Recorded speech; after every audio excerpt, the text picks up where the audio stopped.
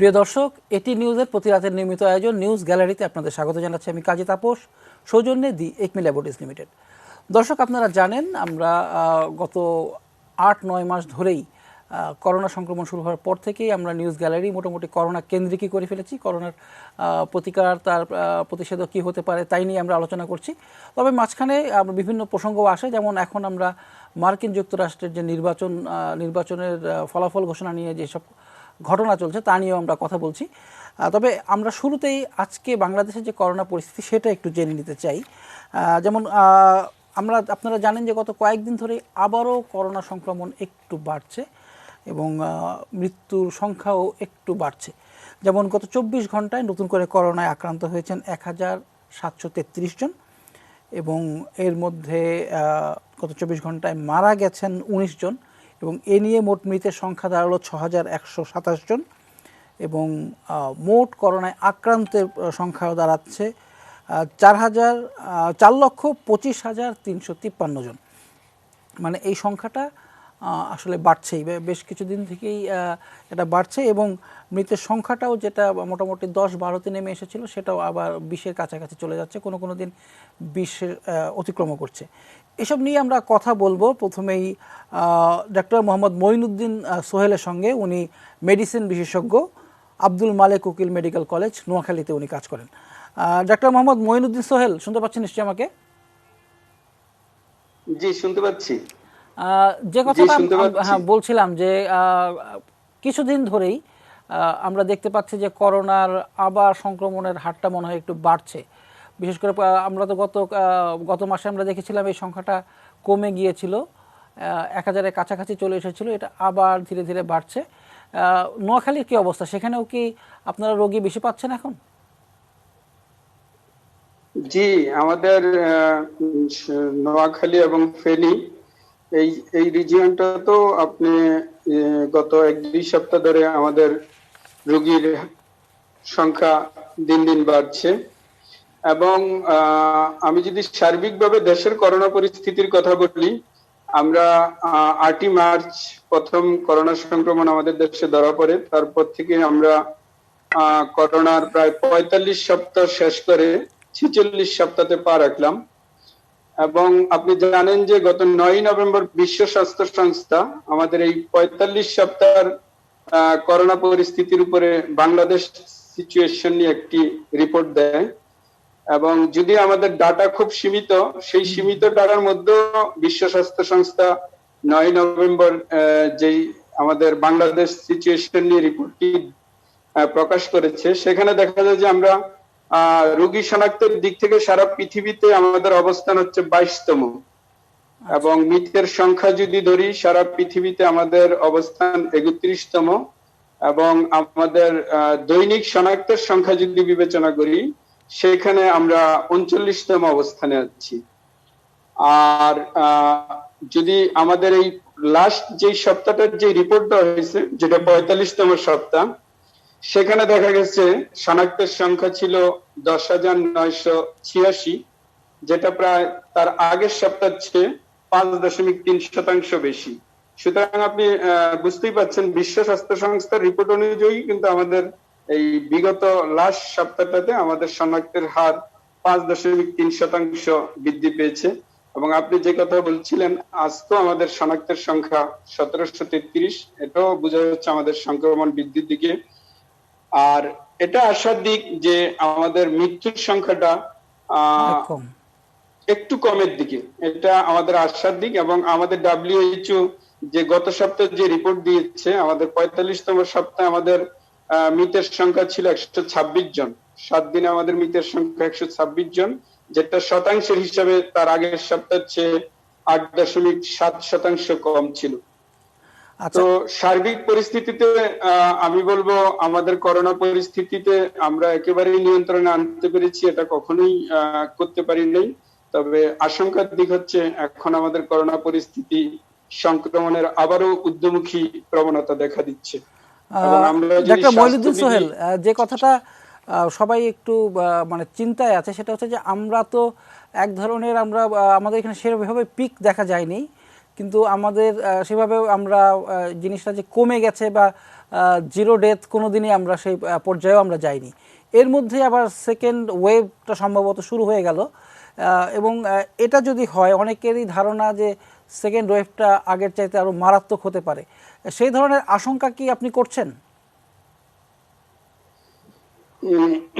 সংক্রমণের আমাদের যে রিপোর্ট দেওয়া হয়েছে সেখানে কিন্তু বলা আছে যে আমাদের জুনের শেষ সপ্তাহ থেকে আমাদের জুলাই আর আগস্ট এই সময়টাতে আমরা সংক্রমণের চূড়ায় ছিলাম।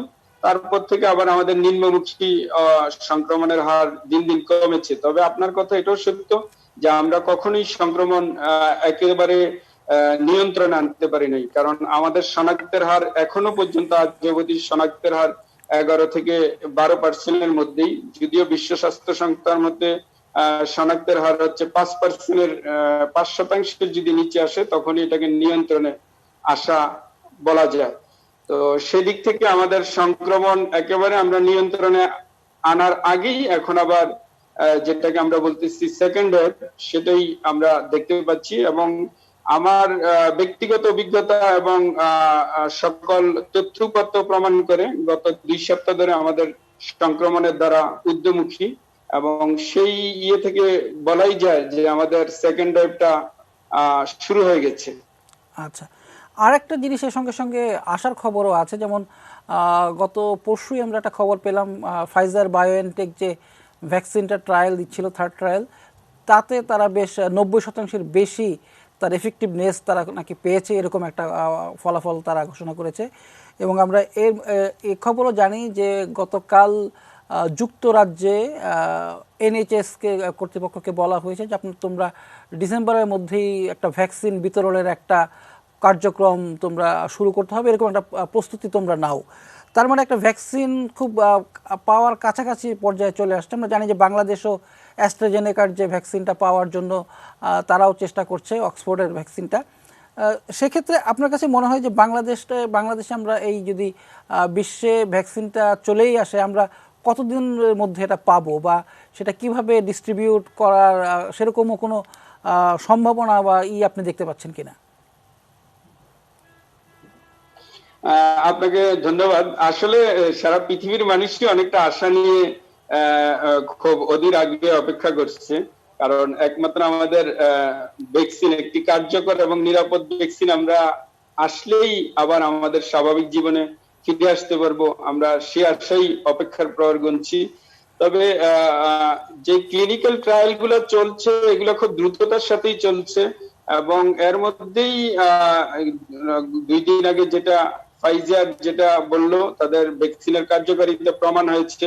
এখন যে ক্লিনিক্যাল ট্রায়ালে যে কোনো ভ্যাকসিনের কার্যকারিতা এবং নিরাপত্তা প্রমাণিত হওয়ার পরে তার পরবর্তী ধাপই হচ্ছে লাইসেন্স অথরিটির কাছে তাদের একটা অনুমতি নিতে হয় যে আমাদের এই ভ্যাকসিনটা কার্যকর এবং নিরাপদ, আপনারা আমাদেরকে বাজারজাত করার জন্য অনুমতি দেন।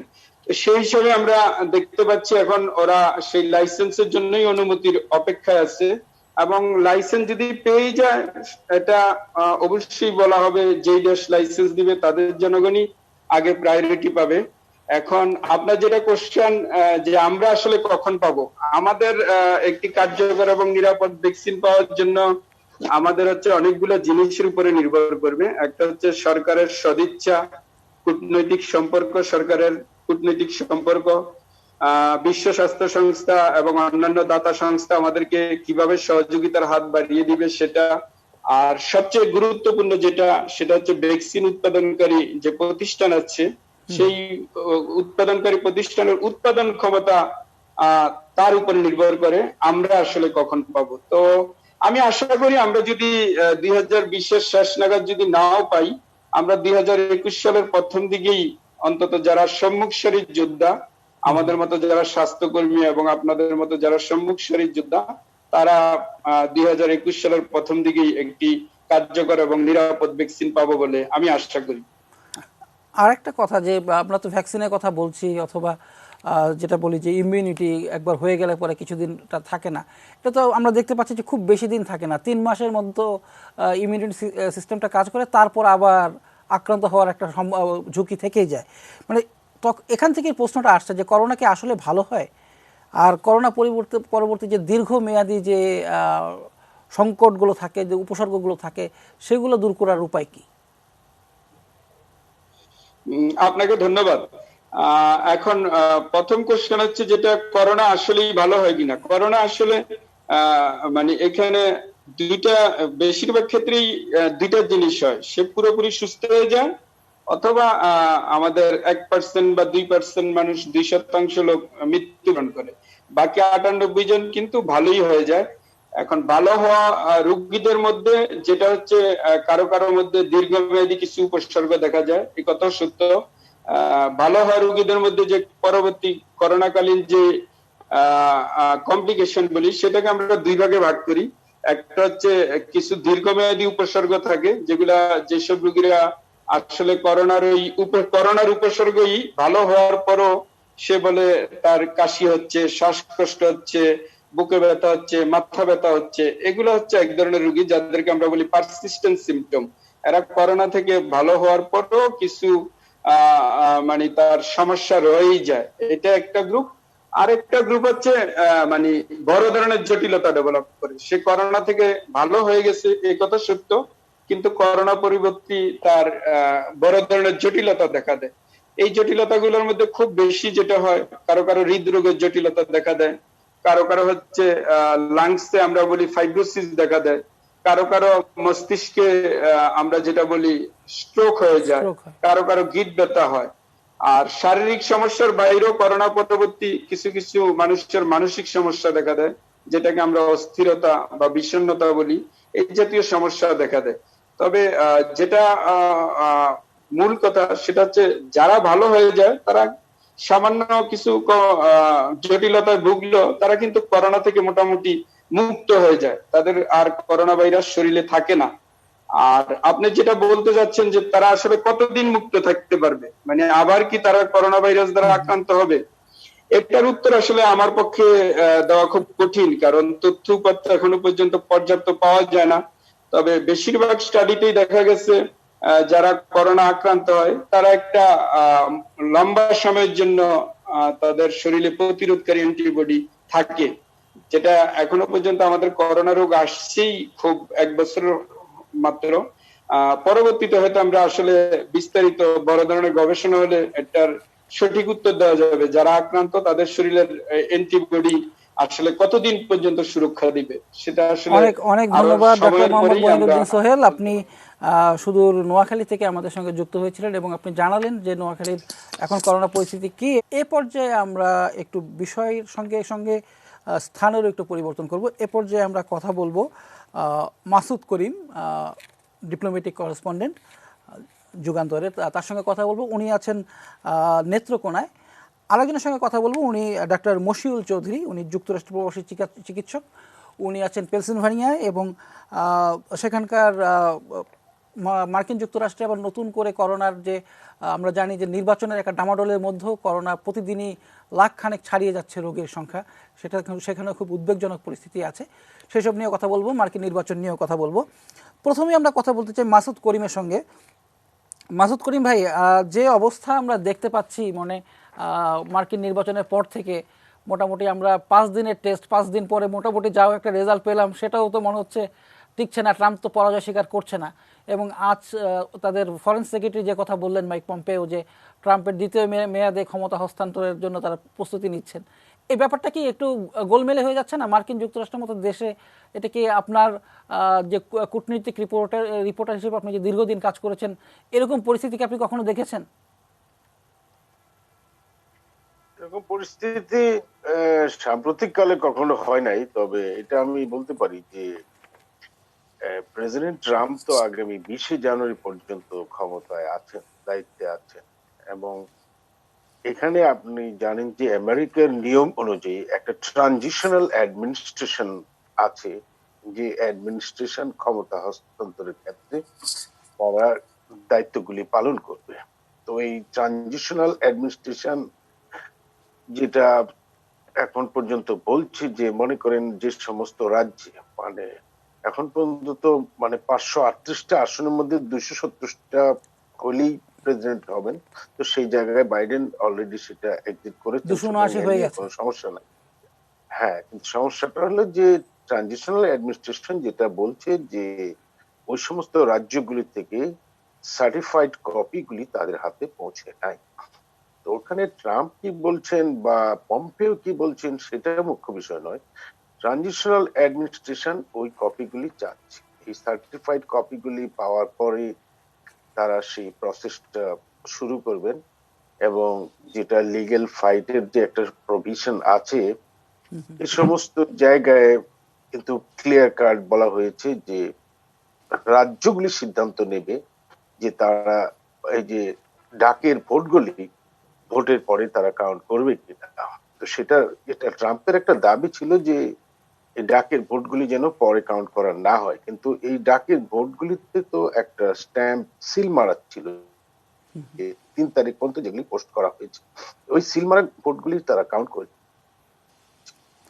আর এবং একটা জিনিস উনি যেটা আমরা যে সমস্ত অভিযোগগুলি করেছেন সেগুলি না, আরেকটা জিনিস আমি যেটা বলতে চাচ্ছিলাম যে আমরা আমাদের দেশের নির্বাচনের পরে যেসব অভিযোগ পাই মোটামুটি হুবহু সে ধরনের অভিযোগ আমরা মার্কিন নির্বাচনের থেকেও পাচ্ছি, যে মানে বলা হচ্ছে যে মৃত ব্যক্তির নামেও ভোট হয়ে গেছে, তারপর ব্যালট বাক্সে মানে ব্যালটে কিছু ব্যালটও পাওয়া গেছে, ফলস ব্যালট পাওয়া গেছে, সেগুলো পুরনো হচ্ছে, সেরকম দৃশ্য আমরা দেখেছি। মানে এই ধরনের জিনিসগুলো কি মার্কিন গণতন্ত্রের জন্য একটা খারাপ সংকেত দেয় না? সেটা অভিযোগ তো করতেই পারে, অভিযোগ করাতে কোনো দোষ নাই, কিন্তু মার্কিন যুক্তরাষ্ট্র যদিও 200-250 বছরের পুরনো গণতন্ত্র, নির্বাচনের অভিজ্ঞতাটা অনেক বেশি তাদের সুষ্ঠু নির্বাচনের, কিন্তু সেখানেও যে ভুল ত্রুটি হয় না বা সেখানে ত্রুটি হয় না সেটা একেবারে কেউ হলফ করে বলতে পারে না। বিশেষ করে এই ডাক ব্যালটের ব্যাপারে আসতে পারে, কিন্তু এটা খুব ম্যাসিভ না যেটা নির্বাচনী ফলাফলকে চেঞ্জ করে দিতে পারে।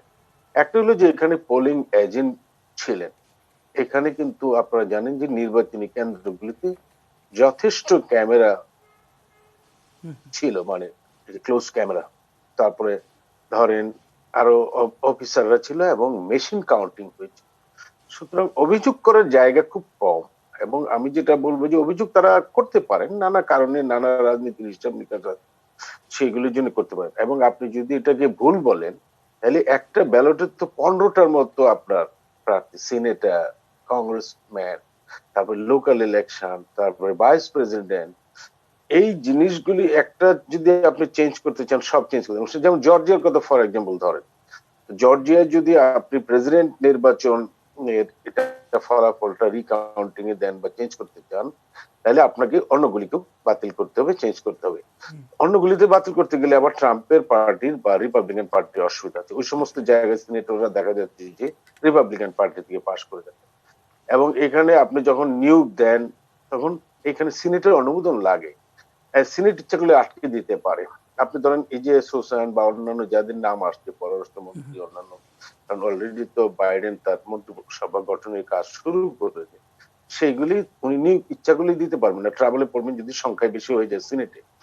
তো এই যে সার্বিক একটা চেক এন্ড ব্যালেন্স আছে, এবং সুপ্রিম কোর্টেও এখানে খুব বেশি একটা রোল আউট করতে পারবে না, লিগেল কোনো সমস্যা হয়েছে কিনা সেই জায়গাটা বাদ দিলে বাকিটা তো এই এই রাজ্যের ব্যাপার, অঙ্গরাজ্যের ব্যাপার। অঙ্গরাজ্যগুলি তো বলে দিচ্ছে যে এগুলি আমরা গ্রহণ করছি।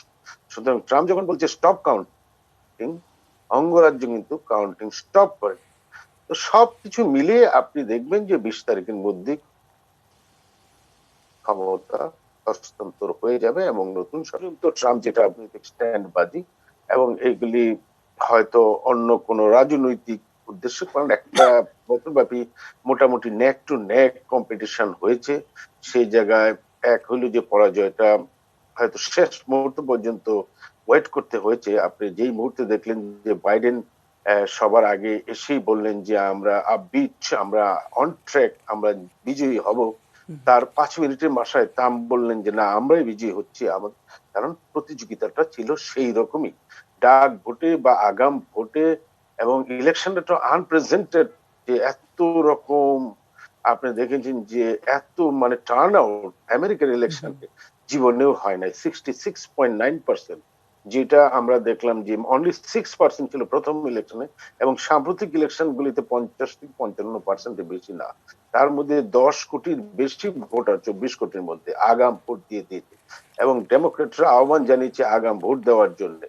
তারপরে রিপাবলিকানরা অন ফুটে ভোট দিতে গেছে।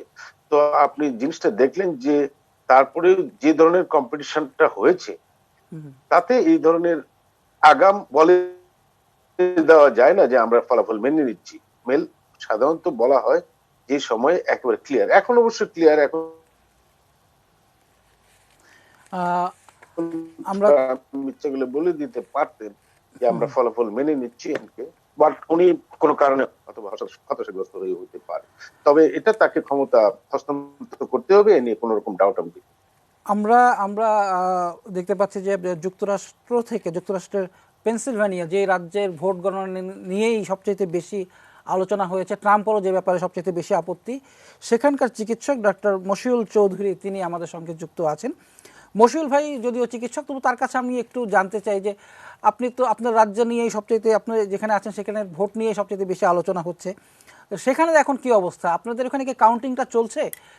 আমরা আমরা কিন্তু আর নতুন কোনো খবর সেভাবে পাচ্ছি না যে কোথায় ভোট গণনা হচ্ছে বা ইয়ের অবস্থাটাই কি, ভোটের অবস্থাটাই বা কি দাঁড়াচ্ছে, সেটা যদি আমাদের একটু জানাতেন। কাজী ভাই, আমার অনেক ধন্যবাদ আমাকে আমন্ত্রণ করবার জন্য। তো এখানে কাউন্ট চলছে, তবে বেশিরভাগ কাউন্টই হয়ে গেছে, অলমোস্ট 99%। তো আমরা খুবই গর্বিত যে ফিলাডেলফিয়াতে আমি থাকি, এখানে কাজ করি। তো দেখা গেল যে ফিলাডেলফিয়ার ভোট যেটা ছিল সেটার প্রায় 80% কিন্তু বাইডেনকে সাপোর্ট করেছে। তো সেই ভোটগুলো কিন্তু এবার অনেক দেরিতে গণনা হয়েছে। সেই কারণে প্রথম দিকে ট্রাম্প হয়তো এগিয়েছিল, কিন্তু তারপর যখন ফিলাডেলফিয়া এবং এটার সাবারবানের যে ভোটগুলি গণনা শুরু হলো, তখন দেখা গেল যে বাইডেন এগিয়ে যাচ্ছে। তো এখানে শুধু ফিলাডেলফিয়া যে ভোটটা চেঞ্জ করেছে তা না, সবচেয়ে ইন্টারেস্টিং ব্যাপার হলো যে ফিলাডেলফিয়ার আশেপাশে যে সাবারবান জায়গাগুলো ছিল, বিশেষ করে বাক্স কাউন্টি, আমরা যেগুলোকে বলি সাবারবান ওমেন, যারা নাকি আগে ট্রাম্পের সাপোর্টার ছিল, এবং তারা কিন্তু বহুল অংশে এবার বাইডেনকে সাপোর্ট করেছে। তো সেই কারণে এই ভোটগুলো, যেটা ট্রাম্প আশা করেনি যে এতভাবে সাবারবান ভোটগুলো আসবে, এই সাবারবান ভোট এবং ফিলাডেলফিয়ার ভোট কিন্তু আলটিমেটলি পেনসিলভেনিয়ার টোটাল নাম্বারটাকে চেঞ্জ করেছে। সেজন্য আমরা খুবই গর্বিত। ডক্টর মশিউল চৌধুরী, আপনি যদি যে কথাটা বলছিলেন যে এই নির্বাচনের সঙ্গে চিকিৎসকরা কিভাবে তাদের এবার জয় পরাজয়ে তারা কেন এতটা আনন্দিত বা এতটা উৎসাহিত হয়েছে?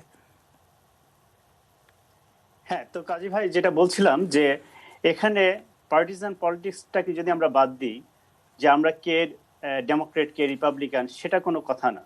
এখানে ব্যাপারটা হলো আমাদের জনস্বাস্থ্য। আপনি খেয়াল করে দেখবেন এবার এই সংক্রামক ব্যাধিতে, এই যে প্যান্ডেমিক শুরু হলো, তার প্রথম থেকে আমরা যেটা লক্ষ্য করছি সেটা হলো যে এই সংক্রামক রোগটা নিয়ন্ত্রণ এবং প্রশাসন, সরকারি প্রশাসন, এই দুটার সাথে কিন্তু প্রচন্ডভাবে মিল আছে। যেমন নিউজিল্যান্ডের কথা ধরুন, ভিয়েতনামের কথা ধরুন, জার্মানির কথা ধরুন, বিভিন্ন দেশ আমরা উদাহরণ দিতে পারবো, যে দেশগুলো ইগনোর করেনি, যে দেশগুলোর প্রশাসন ইগনোর করেনি, যেটা সিরিয়াসলি নিয়েছে প্রথম থেকে এই প্যান্ডেমিককে, তারাই কিন্তু সাফল্য দেখেছে। তো আমরা দেখেছি যে যে দেশগুলো প্রশাসন এগুলোকে হেলা করেছে, যেমন মার্কিন যুক্তরাষ্ট্র, আপনার ব্রাজিলের কথা বলুন, আবার ইভেন ইউকের কথা বলুন, এরা যারা হেলা করেছে তাদের কিন্তু শুধু মানুষ আক্রান্ত হয়নি, সেখানে প্রেসিডেন্ট পর্যন্ত আক্রান্ত হয়েছে। সেটা কিন্তু একটা ভেবে দেখার ব্যাপার যে আমাদের এখানে মার্কিন যুক্তরাষ্ট্রে খুবই দুর্ভাগ্যজনকভাবে প্রথম থেকেই একটা বিজ্ঞানকে অবহেলা করার একটা প্রবণতা ছিল।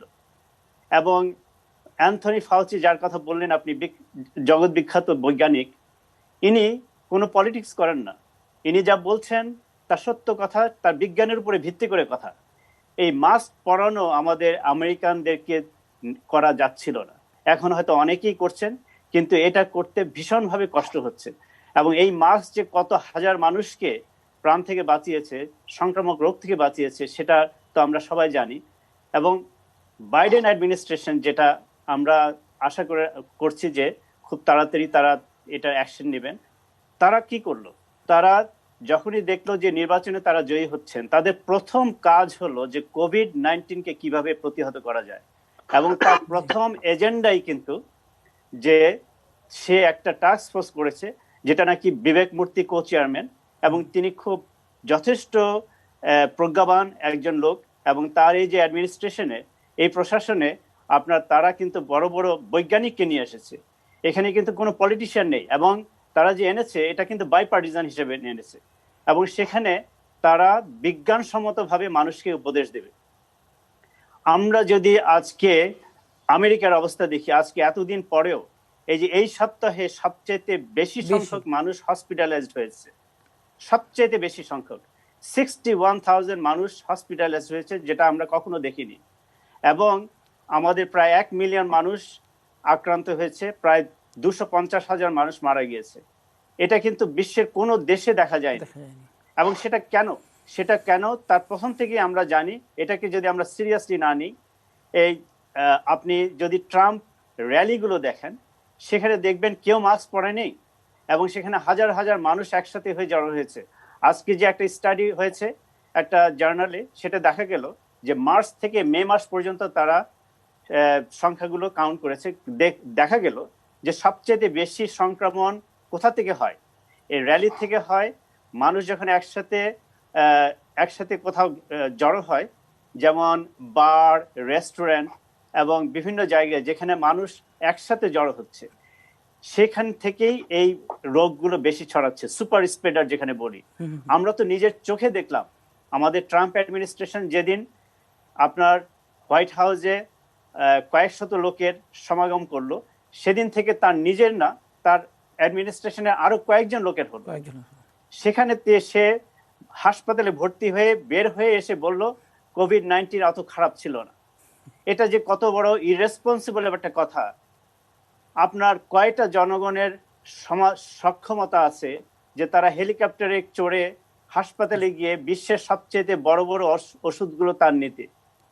আমরা তো সাধারণ জনগণ তো সেই চিকিৎসা নেওয়ার সুযোগ নেই, এবং তাকে সেগুলো দেওয়া হয়েছে, এবং বের হয়ে এসে অ্যারোগেন্ট ভাবে সেটা বলা, এবং কোভিড-19 সব খুলে ফেলা।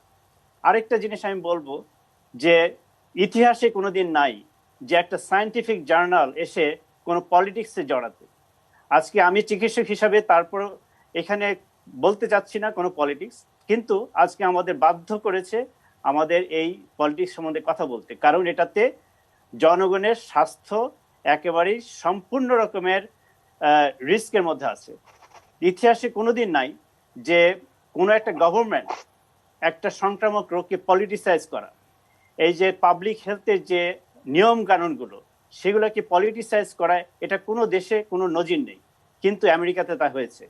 আপনি যদি আজকে 150 বছরের ইতিহাস দেখেন, নিউ ইংল্যান্ড জার্নাল অফ মেডিসিনের মতো একটা জার্নাল যে কোনোদিন পলিটিক্সে জড়ায়নি, তারা এগিয়ে এসে মানুষের স্বাস্থ্যের খাতিরে সবাইকে জোর করে বলেছে যে আপনারা ভোট দিন এমন একটা অ্যাডমিনিস্ট্রেশনকে যে নাকি কোভিড-19 সিরিয়াসলি নেবে।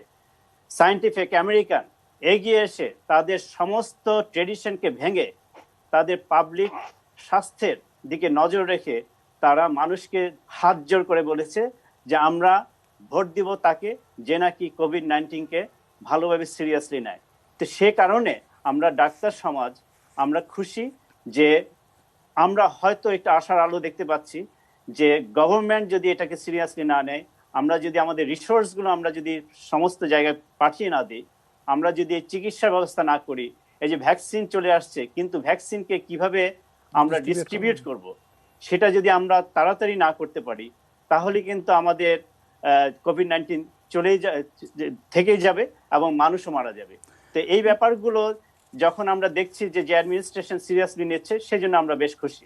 ডক্টর মশিউল চৌধুরী, আপনি যেটা বলছিলেন যে সবাই সায়েন্টিফিক কমিউনিটি মোটামুটি সবাই চেয়েছে যে যেন এমন একটা অ্যাডমিনিস্ট্রেশন আসুক যে কোভিডকে সিরিয়াসলি নেবে, কিন্তু এরপরেও ট্রাম্প যে বিপুল ভোট পেয়েছে, প্রায় 7.5 কোটির মতো ভোট যে পেয়েছে, এটা কি ইঙ্গিত করে? এটা কি মার্কিনীদের একটা বিভেদ বা তাদের এই লকডাউন বিরোধী ফ্রি ইকোনমি এরকম একটা দিকে কি ইঙ্গিত করে না যে অর্ধেক মার্কিনী এটা চায় না, তারা চায় মুক্তভাবে থাকতে, মাস্ক না পড়তে? সেরকম একটা ইঙ্গিতও কি দেয় না? হ্যাঁ হ্যাঁ, আমরা তো বলি যে মার্কিন যুক্তরাষ্ট্রে মানুষ যে ট্রাম্পকে সাপোর্ট করেছে তার কিছু কারণ আছে। কারণ হলো যে সরকার অ্যান্টি ইমিগ্রেশন নিয়ে পলিটিক্স করে সে কিন্তু ইনস্ট্যান্টলি বেশ পপুলার হয়ে যায়। তো এটাতে কোনো আশ্চর্য হবার কিছু নেই।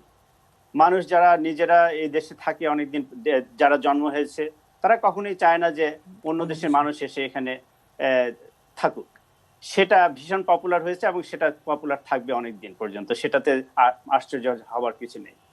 ট্রাম্পকে যারা সাপোর্ট করে তারা স্ট্যাটিস্টিক্যালি তাদের শিক্ষাগত যোগ্যতা এবং তাদের বুদ্ধি এবং তাদের বিবেচনা স্বাভাবিকভাবে একটু কম। আমি এটা কাউকে অশ্রদ্ধা করে বলছি না, তবে সেই জনগণরা কে বোঝাতে একটু মুশকিল আছে। এবং আপনি যখনই নিজে লিডার হয়ে মাস্ক পরবেন না, সেটাকে অবহেলা করবেন, তখন আপনার সাপোর্টারও তাই করবে। অতএব র্যালিতে বারবার সায়েন্টিফিক কমিউনিটি বলে আসছে যে র্যালি করবেন না, এখানে সবাই মাস্ক পরছে না, কিন্তু সেটাকে অবহেলা করে যখন আপনার লিডার বলছে যে না আসো, তখন তো মানুষ একটা বেপরোয়া একটা ভাব দেখাবেই। এবং তারপর যেটা হয়, যেটা একটা অসুখ যখন অনেকদিন থাকে তখন একটা ফেটিক চলে আসে মানুষের মধ্যে, তখন মনে করে যে না আর কি হবে এটা এত এত বেশি নিয়ম কানুন মেনে।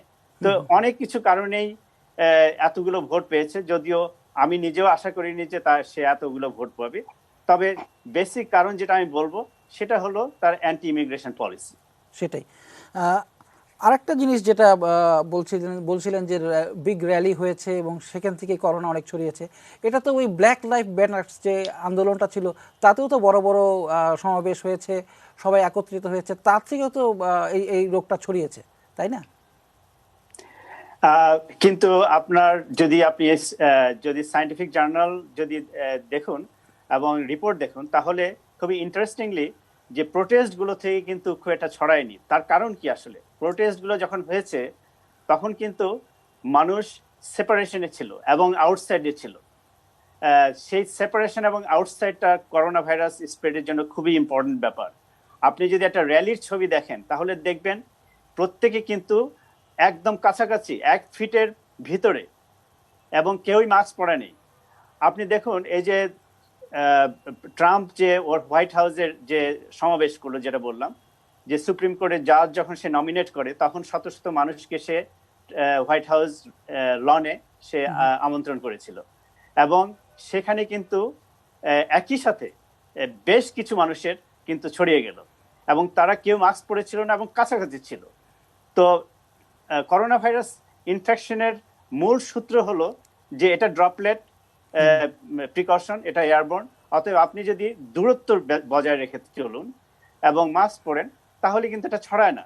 যেটা আমরা দেখছি আমেরিকাতে গ্রসারি স্টোর থেকে কিন্তু এখনো ছড়াচ্ছে না, কারণ গ্রসারি স্টোর যথেষ্ট আপনার এই প্রিকশন গুলো নিচ্ছে, তারা শিল ব্যবহার করছে, তারা গ্রসারি স্টোরে মানুষ একজন একজন করে ঢুকাচ্ছে, একটা সার্টেন নাম্বার পর্যন্ত ঢুকাচ্ছে। অতএব আপনি যদি সেই নিয়মগুলো মানেন তাহলে কিন্তু এগুলো ছড়ায় না। Corona virus is all about নিয়ম কানুন। এটার এখনো চিকিৎসা বের হয়নি, তেমন একটা ভ্যাকসিন এখনো আসেনি, কিন্তু আমাদের এই নিয়ম কানুনগুলো মেনে চলতে হবে। এবং সেটার জন্য চাই আমরা শক্ত লিডার, এবং যাকে নাকি মানুষ রেসপেক্ট করবে, যাকে নাকি দেখবে একটা রোল মডেল হিসাবে, এবং আমরা আশা করছি সেটাই আমরা পাবো। অনেক অনেক ধন্যবাদ ডক্টর মশিউল চৌধুরী, আপনি যে কথাটা বললেন। এবার আমি একটু মাসুদ করিম ভাইয়ের সঙ্গে আবার একটু কথা বলতে চাই যে বাইডেন আজ যেটা তিনি একটু হতাশা ব্যক্ত করেছেন, তিনি একটু বলেছেন যে ট্রাম্প যে পরাজয় স্বীকার করছেন এটা তার জন্য বিব্রতকর। এই অবস্থাটা কাটিয়ে কিভাবে তিনি হোয়াইট হাউসের পথে যাবেন, আপনি কি ধরনের পথ দেখতে পাচ্ছেন? উনি হতাশা যেটা ব্যক্ত করেছেন সেটা তো স্বাভাবিক। তো স্বাভাবিক কারণে আমেরিকায় যেটা হয় যে ইলেকশন হওয়ার পরই মোটামুটি রেজাল্টের ট্রেন্ড দেখে বা মোটামুটি আইডিয়া যখন হয়ে যায় যে হেরে যাবেন, তখন সবাই রেজাল্টটা মেনে নেয়। এখানে আইডিয়াটা পেতে দেরি হয়েছে, কিন্তু এখন তো ক্লিয়ার যে উনি হেরে গেছেন এবং উনি জিতে গেছেন। সেটা স্বাভাবিকভাবেই সবাই প্রত্যাশা করেছিল উনি মেনে নেবেন। তবে এটা ট্রানজেকশনে খুব বেশি বাধা সৃষ্টি করবে বলে আমার মনে হচ্ছে না। আমরাও কারণ সেরকম এখানে আশা করি। আপনার একটা জায়গায় আছে যে কোর্টে হাই মানে সুপ্রিম কোর্ট মানে ফেডারেল কোর্টে যেতে পারে, কিন্তু সেই জায়গাটাও এখানে জায়গা খুব সীমিত। কারণ এখানে 9 জন বিচারকের, যদিও রিপাবলিকান 6 জন এবং ডেমোক্রেট 3 জন, কিন্তু তারা তো লাইফ টাইম বিচারক এমন নয়। এবং এখানে কোন লিগেল টিম দুই পার্টিরই আছে, কোন রকম যুক্তি অযুক্তি না দেখে তো তারা সেটা রায়টা সিদ্ধান্ত দিবেন দেবেন না। না। এবং সেই জায়গায় তো আমরা দেখতে পাচ্ছি যে এখানে লিগেল কোনো ফল্ট দেখা যাচ্ছে না। কারণ রাজ্যগুলির থেকে ওনারা হয়তো, ফেডারেল কোর্ট হয়তো বলতে পারে যে এটা রাজ্যগুলির থেকে ক্লিয়ার করে আনতে। তো রাজ্যগুলি যখন ক্লিয়ার করে দিয়েছে, তখন তো এখান থেকে সুপ্রিম কোর্টেও খুব বেশি কিছু ঝামেলা নাই। আর ট্রানজেকশনাল যেহেতু কাউন্টিংটা এখনো শেষ হয় নাই, যেহেতু এগুলো সার্টিফাইড কপিগুলি যায় নাই, এই জন্য ট্রানজিশনাল অ্যাডমিনিস্ট্রেশন একটু ডিলে করছে। আপনারা দেখছেন যে এখনো কিন্তু ট্রাম্প কিছু কাজ করছে, যে যে আপনারা আগে বললেন কথাগুলি, ফাউসি এবং অন্যান্য বিষয়। যেমন এসপার কি, যিনি প্রতিরক্ষা মন্ত্রী, তাকে উনি ফায়ার করেছেন, স্যাক করেছেন। কি কারণে এই মুহূর্তে করেছেন? আপনারা দেখেন যে উনি আগে চেয়েছিলেন যে যে ব্ল্যাকরা যে আন্দোলন করেছে হোয়াইট হাউসের কাছাকাছি, সেখানে যেন সেনাবাহিনী নিয়োগ মোতায়েন করা হয়, সেনাবাহিনীকে এগুলি দমন করা হয়। কিন্তু সেনাবাহিনী তো নিয়োগ করতে ওই সময় এসপার অস্বীকার করেছেন, এবং সেই সময় উনি সিদ্ধান্ত নিয়েছিলেন ওনাকে হয়তো স্যাক করবেন। তো সেটা তো সেনাবাহিনীও আমেরিকার, আর জনগণ আমেরিকার, সেনাবাহিনীকে উনি ব্যবহার করতে চান নাই। এই যে বিষয়গুলি, এই সমস্ত বিষয়গুলি একটা রাজনৈতিক যে ভোটগুলির মাধ্যমে অনেকগুলি ভোট পেয়েছেন, এবং আগামী দিনগুলিতে রিপাবলিকানদের যে নির্বাচনী যে কাজগুলি রয়ে গেছে, এবং এই সমস্ত কারণে তারা এই সমস্ত করছেন। কিন্তু এতে ট্রানজিশন বাধাগ্রস্ত হবে না বলেই আমরা মনে করছি। অনেক অনেক ধন্যবাদ মাসুদ করিম এবং ডাক্তার মশিউল চৌধুরী, আমাদের সঙ্গে যুক্ত হয়ে অনেক গুরুত্বপূর্ণ কিছু আমাদের তথ্য দিলেন, সেজন্য আপনাদের অনেক ধন্যবাদ জানাচ্ছি। প্রিয় দর্শক, এই সঙ্গে শেষ করছি আজকের নিউজ গ্যালারি।